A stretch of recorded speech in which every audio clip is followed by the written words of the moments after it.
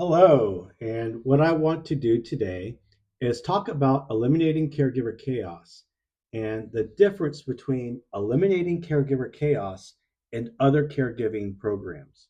And the way I like to explain this starts with a cup. Okay, we call this our caregiver capacity cup. You might also know it as an emotional cup.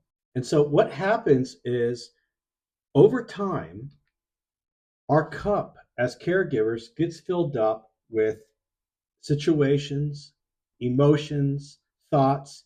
Example would be lack of resources. Lack of resources could be a major stressor to a caregiver. Lack of preparation, guilt, anxiety, or worry from events taking place as a caregiver. Fear, mainly the fear of death. There's uncertainty, loneliness, and then there's situations. And these situations are mostly situations that are out of our control as caregivers. Things like our loved one's behavior, our loved one falling. These are all situations that are stressful and can add to the anxiety and stress that's being built up inside this cup. Family tensions, disagreements between siblings, disagreements between the caregiver and the loved one. And then there's other things. When we talk about other things, we're talking about other things taking place in the caregiver's life. Things like a job. Many caregivers work. Many caregivers have families and children at home. And what happens is that all these things add up, and they add up to symptoms like headaches, exhaustion, overeating, bad habits, escape sometimes into non healthy habits like drugs or social media. There's sleep problems. Either we turn to sleep to escape, or we can't sleep because we have insomnia due to anxiety. There's neglect. Sometimes we neglect our loved ones or we neglect ourselves. Apathy, the attitude that we just don't care anymore, and irritability, sometimes anger, and many, many more symptoms. And these are all symptoms of burnout. And so when these symptoms occur, we call it caregiver burnout. But notice that all these symptoms are the result of everything in this cup. A lot of times we say, my cup is overflowing. We have too many things going on inside. There's no more capacity. And anything that's added into this cup is coming out into these burnout symptoms.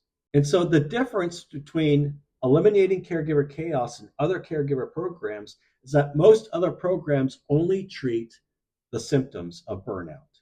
For example, we're told to eat better and exercise. Well, how can we add something like exercise into our already full lives? As we've explained before, we're already at capacity, and now we're being asked to add healthy habits, but we just don't have the capacity to do it.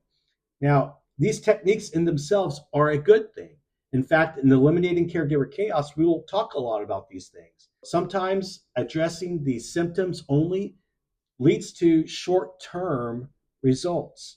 Most caregiver programs only treat the symptoms, but not the root beliefs, the mindset that leads to a full caregiver cup. When you address the cup, you lower the symptoms. It's no wonder that we have a cup full of symptoms because we have never been told how to have a healthy caregiver mindset. I mean, where do we learn about caregiving? We don't take classes for it unless you're a professional caregiver. And so it's no wonder we have all these sometimes faulty beliefs that lead to a faulty caregiver mindset. And so in the Eliminating Caregiver Chaos, we talk about transforming the caregiver mindset. In addition, we have additional resources.